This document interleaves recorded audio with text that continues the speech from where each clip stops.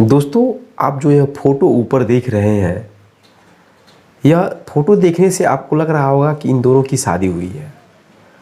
तो शादी तो ज़रूर हुई है, लेकिन यह शादी पहली शादी नहीं है, यह इन दोनों की दूसरी शादी है। दरअसल इन दोनों की शादी पहले हो चुका था और शादी होने के 6 साल के बाद तलाक हो जाता है और तलाक होने के 5 साल के बाद पुनः दोनों धूमधाम से शादी कर लेते हैं। इस कहानी को सुनेंगे तो आपको लगेगा एक फिल्मी कहानी है, लेकिन दोस्तों यह एक रियल कहानी है। आपको विश्वास नहीं है तो गूगल पे सर्च कर आप देख सकते हैं। दोस्तों, शादी विवाह यह 7 जन्मों तक का रिश्ता माना जाता है हिंदू धर्म में। शादी जब होती है तो 7 फेरे लिए जाते हैं, साथ साथ रहने के लिए 7 जन्मों का कसमें भी खाया जाता है, तब शादी होती है। लेकिन आने वाली जीवन शैली में कुछ ऐसी घटना घटती है जिसके वजह से पति और पत्नी के बीच तालमेल नहीं बैठता है और जब उसे लोग कंप्रोमाइज़ नहीं कर पाते हैं तो बात आ जाती है तलाक की और लोग तलाक ले लेते हैं। इस कहानी में भी ऐसी ही होता है, लेकिन तलाक होने के बाद एक ऐसी घटना घट जाती है कि दोनों का प्यार फिर खींचे चला आता है और फिर से धूमधाम से शादी हो जाती है। तो चलिए जानते हैं इस कहानी की सच्चाई क्या है। दरअसल यह कहानी जो है उत्तर प्रदेश की है। उत्तर प्रदेश के प्रयागराज से शुरू होती है। प्रयागराज का रहने वाला विनय जायसवाल नाम का एक लड़का होता है, जिसकी शादी 2012 में पटना की रहने वाली पूजा चौधरी से हो जाती है। शादी होने के बाद दोस्तों पूजा चौधरी अपने ससुराल आती है और नई ज़िंदगी की शुरुआत कर देती है। धीरे धीरे दोनों के जीवन आगे बढ़ रहे थे और दोनों एक दूसरे से बहुत ही प्रेम करते थे।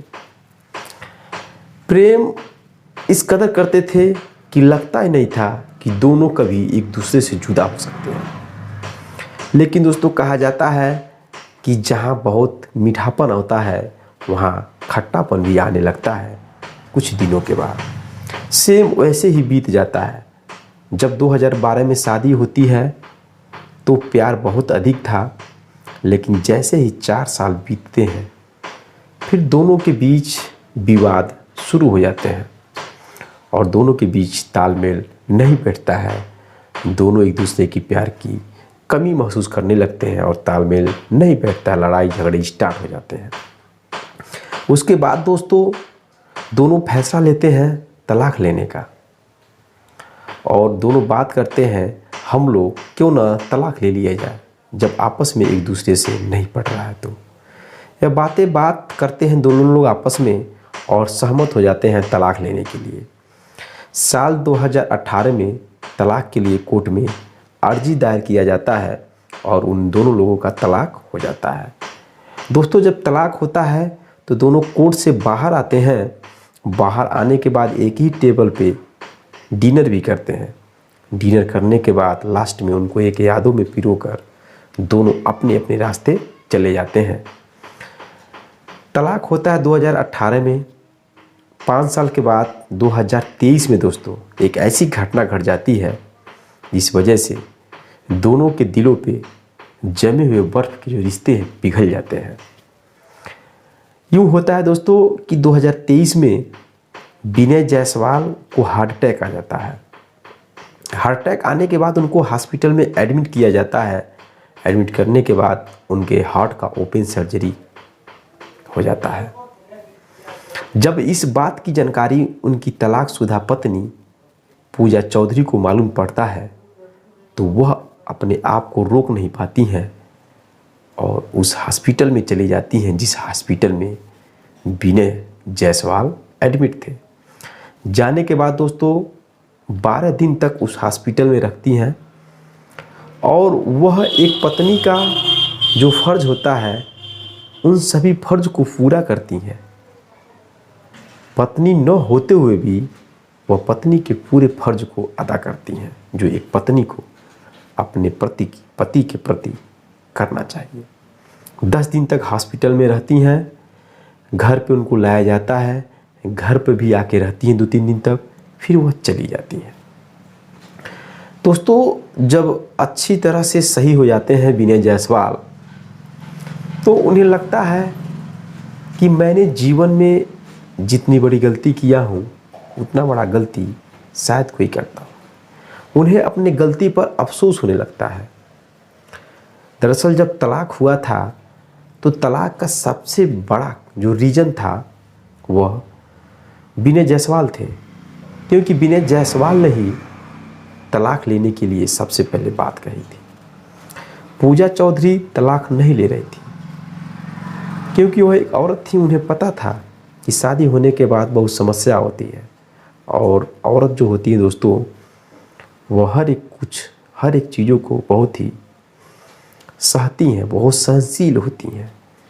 क्योंकि एक औरत शादी होने के बाद अपने मायके आती हैं और अपने मम्मी पापा भाई बहन को भूलकर एक अनजान लोगों के साथ रहकर अपने जीवन को आगे बढ़ाती हैं, तो बहुत ही सहनशील होती हैं, उन्हें पता होता है।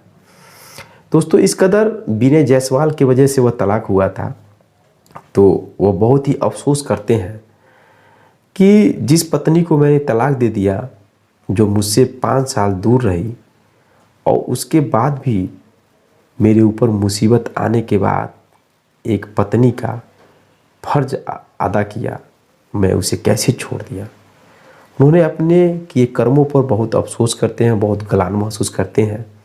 और एक दिन वह पूजा चौधरी के घर जाते हैं।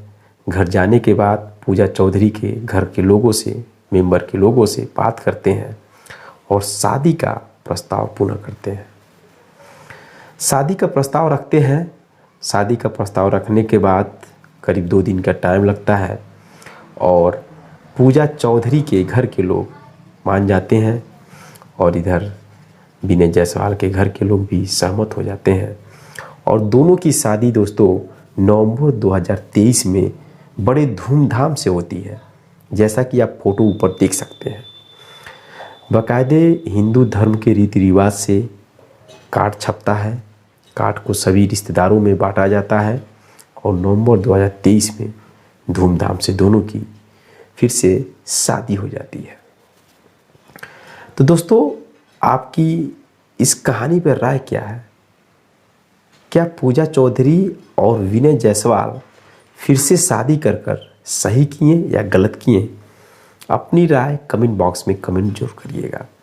दोस्तों दोनों शादी करके नई ज़िंदगी की शुरुआत कर देते हैं और अब वह इस समय दोनों एक साथ नई ज़िंदगी के लिए आगे बढ़ रहे हैं।